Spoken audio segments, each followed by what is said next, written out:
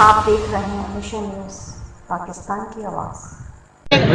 امیر हुजे त करो गिरफ़्तार थींदा. असां ग़रीब आहियूं, इन जे करे गिरफ़्तार नथा कनि हुनखे. ग़रीबनि जो केर बि न आहे, केर नथो ॿुधे असांजो. असांजो इहो ई मुतालबो आहे त यूनुस खान खे गिरफ़्तार कयो. हाई कोर्ट ज़मानत नथी ॾे हुनखे, त पोइ अञा ताईं हालात नथो घुमे. पंहिंजा पटे भाई हुनखे बचाइनि था. इहो ई असांजो. जहाँ पे एक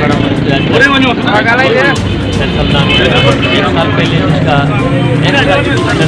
मर्डर कर दिया गया. ये अफसोस के साथ ये कहना पड़ रहा है कि हमें अगर ये कत्ल कोई सिविल करे वो कातुल ठहराता है, अगर यही कत्ल कोई वर्दी में मलबूस कोई कानून करने वाले इदारे में कोई काली मीडिया करता है तो अफसोस उसको जो है DIG और SSP उसको बड़े इनामात से नवाजते हैं.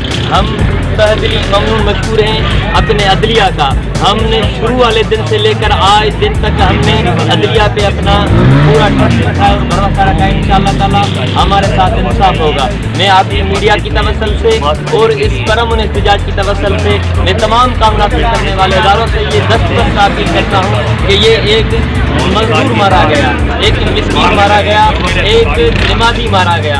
जिन्होंने वाले दिन के तकद्दुस को भी पामाल किया, उन्होंने खुतबे के तकद्दुस को भी पामाल किया. ये जो नमाज 2 रकात अदा करने के लिए पहुंचा हुआ था जुमे के दिन, इसको बीच जमात से निकाल कर मस्जिद के ज़हन में इसको कत्ल कर दिया गया. यकीनन ये कत्ल को हम ये समझते हैं कि सोसाइटी को थ्रेट देना था. इन्होंने लोगों को हरासमेंट करना था.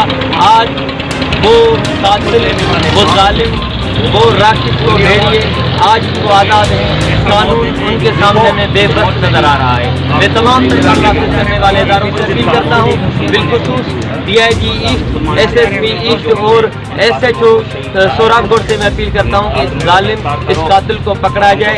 इस मजलूम, इस मुस्तज़फ़ीन, इस मक़तूलीन, इस मिस्कीन के वफ़ा के साथ इंसाफ किया जाए. मैं ये समझता हूँ कि ये कत्ल किसी एक फर्द का नहीं है बल्कि एक फैमिली का कत्ल है.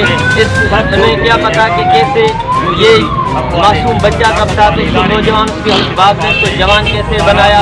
यकीनन उसके बाप से पीरी की असा को छीना गया, उसकी माँ से उसका नूर ऐन छीना गया और इनकी बहनों से एक भाई की शफ़क़त को छीना गया.